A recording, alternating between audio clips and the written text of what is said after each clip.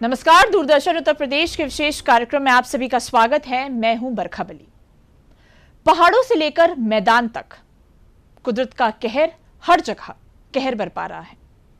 उत्तराखंड के धराली से लेकर यूपी, बिहार और हिमाचल प्रदेश तक बारिश, बाढ़ और मलबे ने लोगों की जिंदगी थाम दी है। तो चलिए सबसे पहले हम आपको तस्वीरें दिखाते हैं उत्तराखंड के धराली की, जहां के नजारे दिल दहला देने वाले हैं। धराली बर्बाद, मलबे में जिंदगी की तलाश। बादलों का हमला, पूरा भारत दहला।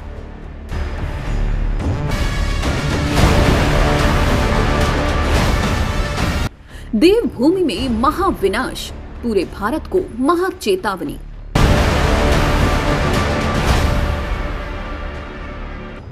देवभूमि उत्तराखंड के धराली की इन तस्वीरों की तबाही में छिपी है कुदरत की एक आखिरी चेतावनी। मंगलवार को बादल फटने के बाद धराली गांव तो मलबे में जमींदोज हो गया, लेकिन कुदरत ने फिर से दुनिया को चेताया है कि धरती का दोहन होगा तो कुदरत का पलटवार भी होगा। फिर शायद न जान बचे और न जहान।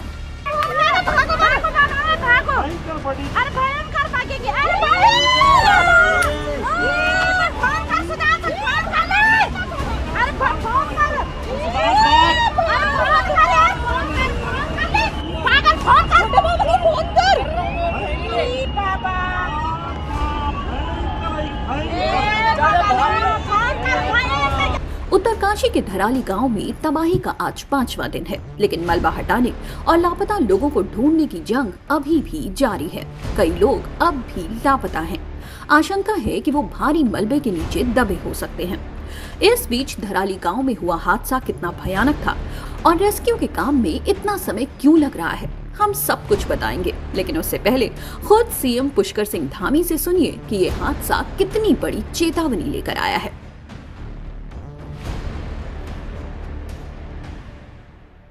पूरी तरह से जो है आपदा की चपेट में आ गया और कल की घटना के बाद कई चरणों में वहाँ मलबा आया है। जैसा आज मैंने वहाँ पर जाकर जब सभी लोगों से मुलाकात करी, लोगों से बातचीत करी और घटना के बारे में जानकारी ली, तो उन्होंने बताया कि सबसे पहले आया, उसके बाद फिर आया, दोबारा 3, 4, 5, 6 बार जो है इस प्रकार से बार बार मलबा आया और वहाँ पर सभी कुछ आपदा की भेंट चढ़ गया। शाम तक जो है सेना के लोगों ने 190 के करीब लोगों को रेस्क्यू किया है। धराली के दाहिनी तरफ से लगभग 120 लोग और धराली के बाईं तरफ से 70 लोगों को रेस्क्यू किया गया है। उनको सुरक्षित स्थानों पर पहुंचाया गया है। अभी घायलों को भी जो है वहां से रेस्क्यू करके उत्तरकाशी लाया जा रहा है। कुछ को वहाँ एम्स में जो जरूरी उनको हायर सेंटर रेफर किया जाएगा। सभी घायलों के भी स्वास्थ्य की पूरी चिंता की जा रही है।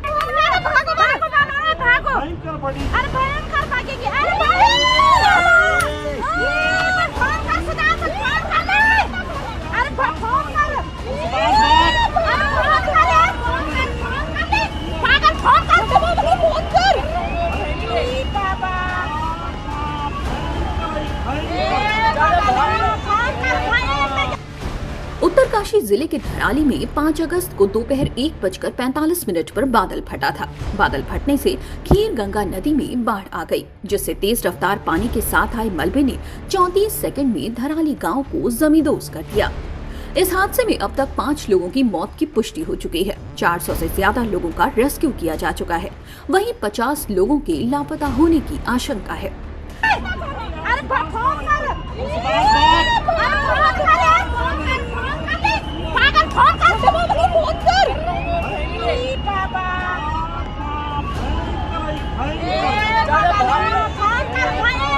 ये सैटेलाइट तस्वीर धराली गांव की है, जो हादसे के पहले और हादसे के बाद की है।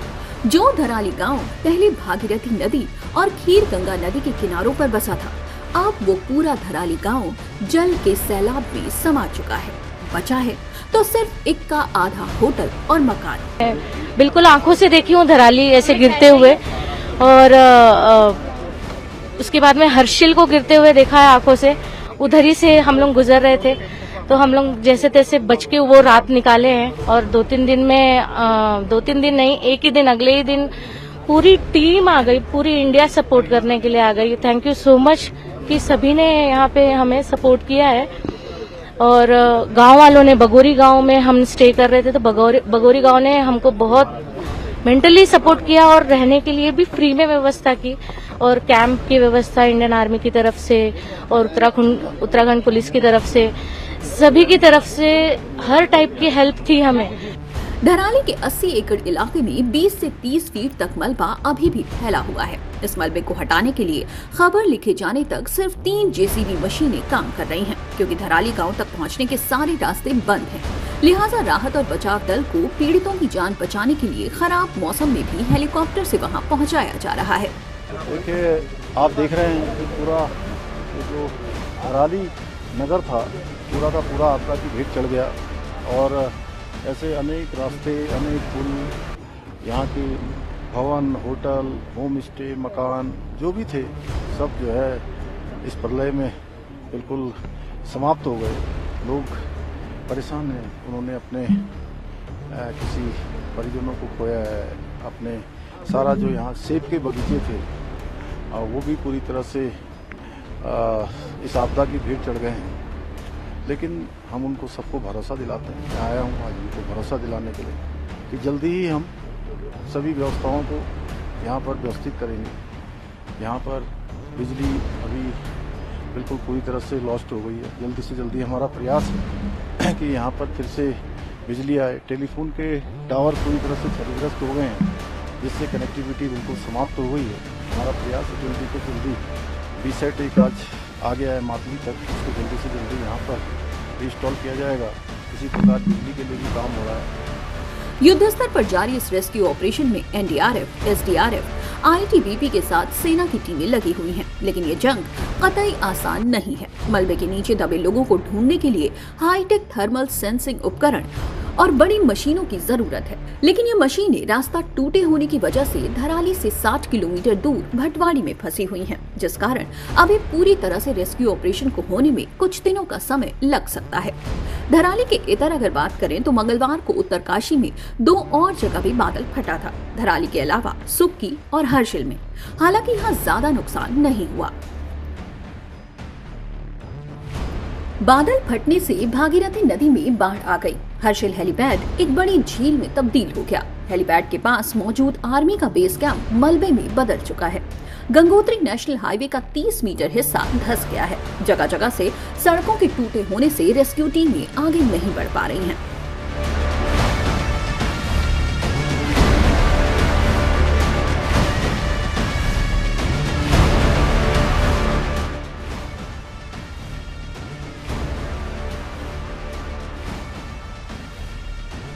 धराली की आपदा ने हमें एक बार फिर चेतावनी दी है कि हिमालय जैसे संवेदनशील इलाकों में जलवायु परिवर्तन और मानवीय गलतियां मिलकर तबाही मचा रही हैं। बादल फटने का पैटर्न बदल रहा है और ये धराली में भी दिख रहा है।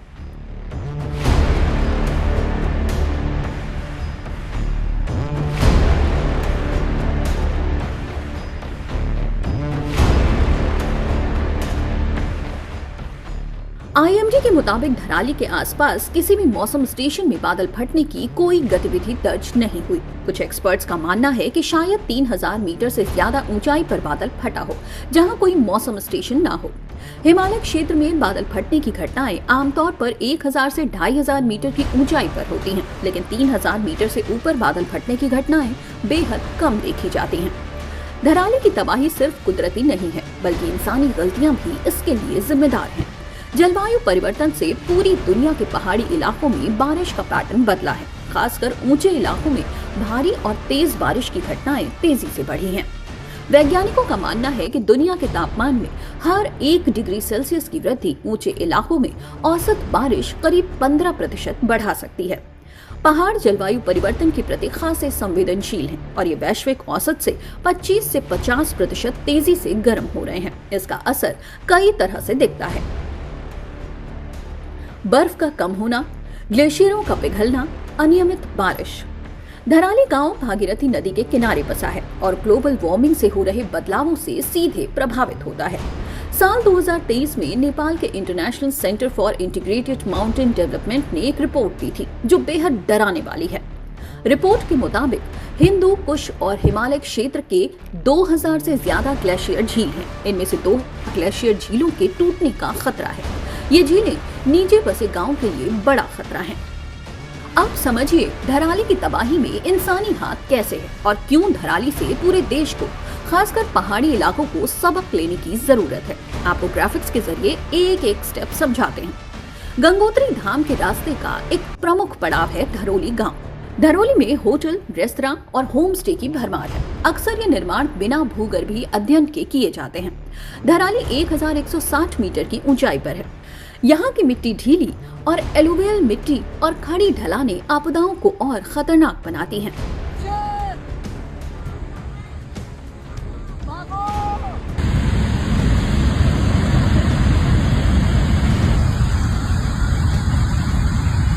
मॉनसूनी बारिश का रौद्र रूप केवल उत्तराखंड तक सीमित नहीं रहा, बल्कि इसका कहर हिमाचल में भी खूब बरपा। पहाड़ों को चीरती हुई पानी की इस विशाल धारा का ये वीडियो हिमाचल के किन्नौर जिले का है। पानी का उमड़ता हुआ ये सैलाब रास्ते में पड़ने वाली हर चीज को बहा कर ले जाने पर आमादा है। इस सैलाब की जद में आई हर चीज तहस नहस हो गई, जिसका सीधा असर किन्नर कैलाश यात्रा पर भी पड़ा।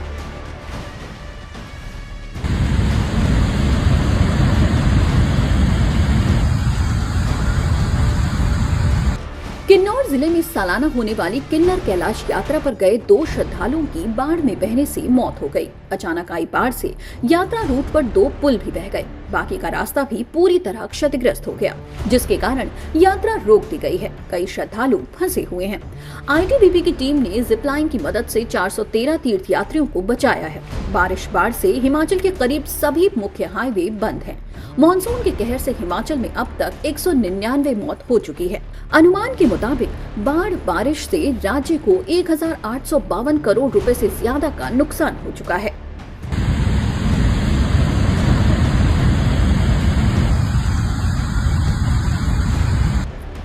पहाड़ी राज्यों में तो अवैध खनन और बेतहाशा अवैध निर्माण का असर तबाही के रूप में दिख ही रहा है, लेकिन मैदानी इलाकों में भी मौसम की मार जारी है। भारी बारिश के बाद यूपी और बिहार की कई नदियां उफान पर हैं। ये तस्वीरें बिजनौर बैराज की हैं, जहां गंगा अपने उफान पर है। आलम यह है कि खतरे का निशान भी दिखाई नहीं दे रहा। इससे पहले बिजनौर बैराज में इतना जलस्तर कभी नहीं देखा गया था।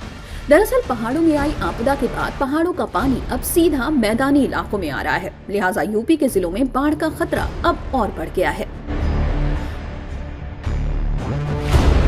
मौसम की मार झेल रहे यूपी के 24 जिले बाढ़ की चपेट में हैं। हालांकि हालात अब पहले से बेहतर हैं, लेकिन अभी भी स्थिति चिंताजनक बनी हुई है। ये तस्वीरें यूपी के अलग अलग जिलों से हैं, जहां आसमान से पानी मानो कहर बनकर बरस रहा है। यूपी के बाढ़ प्रभावित जिलों में आलम यह है कि लोग अपने ही घरों में कैद हो गए हैं, जिन्हें एनडीआरएफ की टीमें घरों से निकालकर सुरक्षित जगहों पर पहुंचा रही हैं। फिलहाल यूपी में बाढ़ के हालात क्या हैं और बाढ़ से कितने लोग प्रभावित हैं, ये भी जान लेते हैं। यूपी के 24 जिलों के 913 गांव अब तक बाढ़ की चपेट में आ चुके हैं। करीब 83,000 लोग सीधे तौर पर प्रभावित हुए हैं, जिनमें से 19,167 लोगों को राहत शिविरों में शरण लेनी पड़ी है। पिछले 36 घंटे में बाढ़ और बारिश से जुड़े हादसों में करीब 16 लोगों की मौत हो गई। बारिश के चलते अब तक 517 से ज्यादा मकान ढह चुके हैं।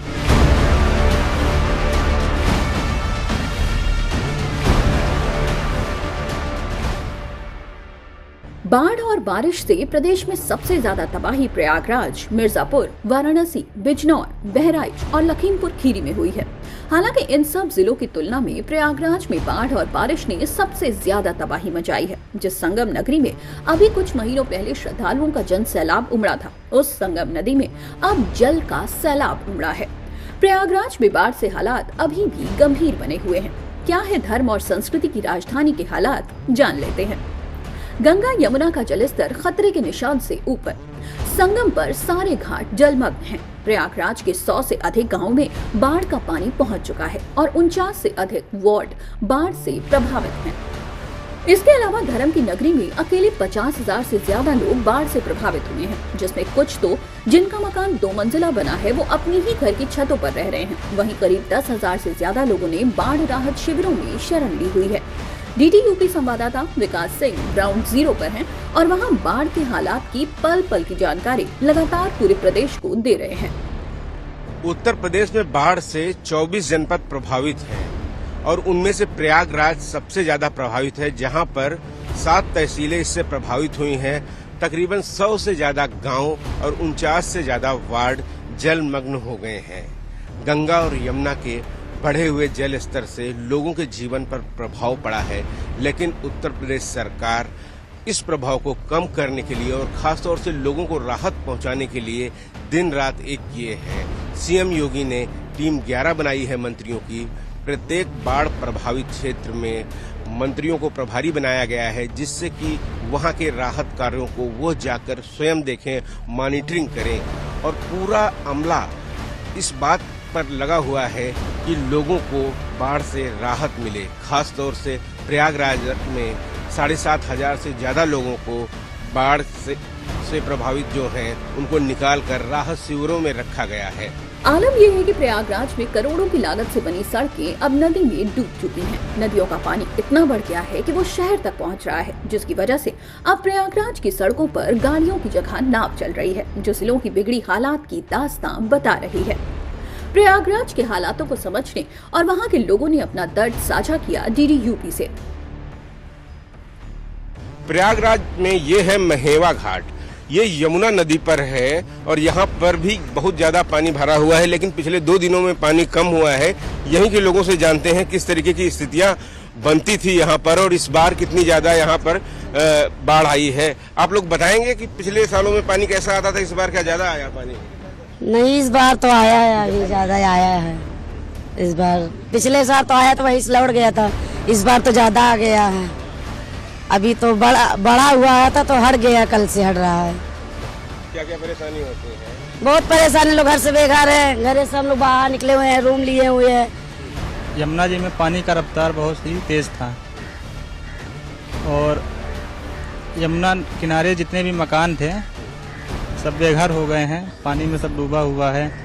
प्रदेश में कई नदियों के बढ़ते हुए जलस्तर से पैदा हुए बाढ़ जैसे हालात पर सीएम योगी लगातार नजर बनाए हुए हैं। प्रदेश के भीतर बाढ़ से निपटने के लिए योगी सरकार ने क्या क्या जरूरी इंतजाम किए हैं, वो भी जान लेते हैं। बाढ़ प्रभावित जनपदों में 1509 बाढ़ चौकियां स्थापित की गई हैं। 1964 से ज्यादा नाव और मोटर बोट वर्तमान में राहत कार्य में जुटे हैं। इसके साथ ही 64,544 लोगों को सुरक्षित स्थानों पर शिफ्ट किया गया है।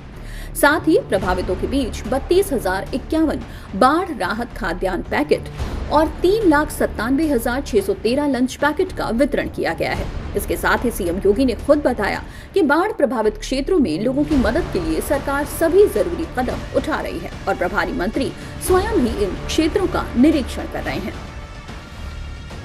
बाढ़ राहत कार्यों को प्रभावी ढंग से आगे बढ़ाने के लिए और पीड़ित परिवारों को आर्थिक सहायता उपलब्ध करवाने के लिए सरकार ने अपने स्तर पर PAC की फ्लड यूनिट को, NDRF को, SDRF को तैनात किया। हमारी आज वर्तमान में भी अलग अलग क्षेत्रों में इन सब की जो यूनिट है वह प्रभावी ढंग से बाढ़ कार्यों का निरीक्षण करके वहां पर राहत कार्यों को प्रभावी ढंग से आगे बढ़ाने का काम कर रही है। NDRF की 16 टीमें, SDRF की 18 टीमें और PAC की फ्लड यूनिट की 31 टीमें वर्तमान समय में बाढ़ प्रभावित जनपदों में जहां कार्य कर रही हैं, वहीं इन सभी 21 जनपदों में 1250 से अधिक नौकाओं की व्यवस्था के माध्यम से भी नागरिकों के आवागमन के कार्यक्रम को सुचारू बनाने का कार्य किया गया है। हालांकि मौसम के कहर के बीच प्रदेश सरकार की ओर से दी गई हर संभव मदद का भरोसा लोगों को राहत देने का काम कर सकता है, लेकिन यूपी के कई जिलों के हालात अभी भी खराब हैं, जिसमें यूपी का मिर्जापुर जिला भी प्रभावित है। DDUP की टीम मिर्जापुर के हालात का जायजा लेने और लोगों की आपबीती सुनने के लिए मिर्जापुर भी पहुंची। प्रदेश के कई जनपदों में बाढ़ का प्रकोप है और मिर्जापुर जनपद में खास तौर से गंगा उफान पे है। आप देख सकते हैं हमारे दोनों तरफ किस तरीके से गंगा यहाँ पर उफान पे है, कई कई किलोमीटर तक अंदर आ गई है ये, और पूरे खेत हो, गांव हो, सभी जलमग्न है। यहाँ पर सामने जो मकान है वो डूबे हुए हैं, जो आसपास के घर हैं वो डूबे हुए हैं। ये यहीं के स्थानीय निवासी हैं, इनसे जानते हैं इस बार बाढ़ का प्रकोप कुछ ज्यादा है मिर्जापुर में। बहुत ज्यादा है यहाँ पर मिर्जापुर में, एकदम पूरा जलमग्न हो गया, जिससे कि फसल जितनी भी थी पूरा बर्बाद हो गई है। बहुत ज्यादा प्रॉब्लम हो रहा है सबको। बाकी जो गांव वाले हैं यहाँ से जाके ऊंची जगह पे बसे हुए हैं, होगा है क्योंकि उनका रोजी रोटी का सवाल है। अभी जाके ऊंची जगह पे बसे हुए हैं वो लोग। अब बहुत सारा पानी भी डूबा हुआ है। पानी देख रहे हो इस बार बहुत लहलहाया है, बहुत ज्यादा आया है। हम लोग का 2 बीघा उधर खेती बुड़ी गया है, बादाम मक्का है, सब लोग नाश हो गया, खराब हो गया। अभी 2 बीघा मेरा चाचा का मर्चा लगा था, वो भी खराब हो गया। उम्मीद ये की जानी चाहिए, जो इन लोगों की आस है, जो सरकार भी कह रही है, सीएम योगी ने भी निर्देश दिए हैं कि किसानों के नुकसान का आकलन करके उनको आर्थिक सहायता प्रदान की जाए, जो इन लोगों के लिए सर्वे के बाद इन लोगों को प्रदान की जाएगी। यूपी में मौसम की मार जिंदगी पर और भारी पड़ती अगर योगी सरकार और जिला प्रशासन लगातार बचाव और राहत में न जुटा होता। प्रशासन लगातार बाढ़ प्रभावित इलाकों तक पहुंच रहा है और जरूरतमंदों की लगातार मदद भी हो रही है। डीडी यूपी के कैमरे ने योगी सरकार और प्रशासन की मुस्तैदी अपने कैमरे में कैद की। आपके जनपद में जो बाढ़ का प्रकोप है, किस तरीके से आप लोग रेस्क्यू ऑपरेशन चला रहे हैं? देखिए, ये तहसील सदर जनपद मिर्जापुर है। यहाँ जिलाधिकारी पवन कुमार अग्रवाल जी और पुलिस अधीक्षक सोमेन वर्मा ज्वाइंट निर्देश में यहाँ पर बाढ़ राहत के लिए जो है रिलीफ एंड राहत वर्क चल रहा है। गंगा नदी में अभी पिछले 3 अगस्त से पानी बढ़ना शुरू हुआ था। यहाँ का खतरा लेवल जो है 77.724 मीटर था और पानी का जल स्तर जो है 78.46 मीटर पर पहुँच गया था। यानी खतरे के लेवल से लगभग 5 मीटर 64 सेंटीमीटर ऊपर पानी चल रहा था लगातार 2 दिन। और उसके मद्देनज़र जिला प्रशासन द्वारा और तहसील प्रशासन द्वारा यहाँ पर तहसील सदर में 14 बाढ़ चौकियाँ स्थापित की गई थी और 24 राहत शिविर जो हमारे बाढ़ पीड़ितों को रहने के लिए है, उनको राहत शिविर और उनको आवश्यक सामग्रियाँ, लंच पैकेट वितरण के लिए स्थापित किए गए थे। बाढ़ की मार इंसानों के साथ साथ बेजुबान जानवरों पर भी पड़ी। गली मोहल्लों में रहने वाले बेजुबान जानवर भी इसकी चपेट से अछूते नहीं रहे। हालांकि सरकार की तरफ से इनके लिए भी लगातार इंतजाम किए जा रहे हैं। हालांकि पूरी तरह हालात पर काबू करने में थोड़ा वक्त और लग सकता है। हमारा गांव हरसिंहपुर पड़ता है, यह बाढ़ पीड़ित है। चारों तरफ इसके पानी हो जाता है और जिससे हमारी सारी फसलें बिल्कुल नष्ट हो जाती है। यहाँ तक कि आबादी में भी पानी आ जाता है, जिससे सबसे ज़्यादा जो कष्ट होता है वो पशुओं का होता है। लेकिन हम लोग बड़े भाग्यशाली हैं कि जो इस सरकार के शासन में है, यह सरकार हम लोगों के साथ हमेशा हर आपदा में खड़ी है और यह जो सुविधा मिल रहा है यह बहुत बड़ी सुविधा है। इस समय ये जो राहत कैंप लगा है और राहत कैंप में जो भी सामग्री वितरित किया जा रहा है, यह इस समय डूबते को तिनके का सहारा जैसा है। यूपी में बाढ़ से अब तक करीब 517 मकान ढह चुके हैं। सरकार ने अभी तक 360 लोगों को मुआवजा भी जारी कर दिया। बाढ़ से यूपी में करीब 33,000 हेक्टेयर की खेतीहर जमीन पानी पानी हो गई। योगी सरकार बाढ़ से प्रभावित किसानों की हर तकलीफ को दूर करने में जुटी हुई है। किसानों ने भी डीडी यूपी के जरिए अपनी परेशानी योगी सरकार तक पहुँचाई है और मदद की गुहार भी लगाई है। कई सारी फसल यहाँ पर जलमग्न हो गई है। किसानों को इससे काफी ज्यादा दिक्कत हुई है। हालांकि प्रशासन कह रहा है कि वो फसलों का नुकसान का आकलन करके आर्थिक सहायता प्रदान की जाएगी बाद में, लेकिन तमाम सारे यहाँ स्थानीय लोग हैं। यहाँ फसलें किस तरीके की होती हैं जो प्रभावित होती हैं? हाँ, फसल सबका नुकसान हो गया है क्योंकि सारे फसल पानी के ऊपर है, नीचे डूब गए हैं। फसल हो गया, चरी हो गई, जो भैंस को खिलाते थे सब डूबा हुआ है। हाई पे हो गया है। सब्जी लौकी है, ये करेला हम लोग एकदम बहुत महंगा हो गया है सर। कोई खा ही नहीं पाए तो रोजी रोटी एकदम बंद हो गया। बरसात की वजह से कोई काम धंधा भी नहीं है सर, हम लोग परेशान हैं। बिल्कुल, मक्का, मिर्चा और टमाटर की फसल काफी ज्यादा जलमग्न हो गई है, जिससे खराब हो गई है। प्रशासन से उम्मीद है लोगों की कि उनके इस नुकसान की भरपाई करेगा। हालांकि यहाँ के जिलाधिकारी ने कहा है कि अब राहत पहुँचाने का काम शुरू हो गया है और लोगों का नुकसान का आकलन किया जाएगा और उनको आर्थिक सहायता प्रदान की जाएगी।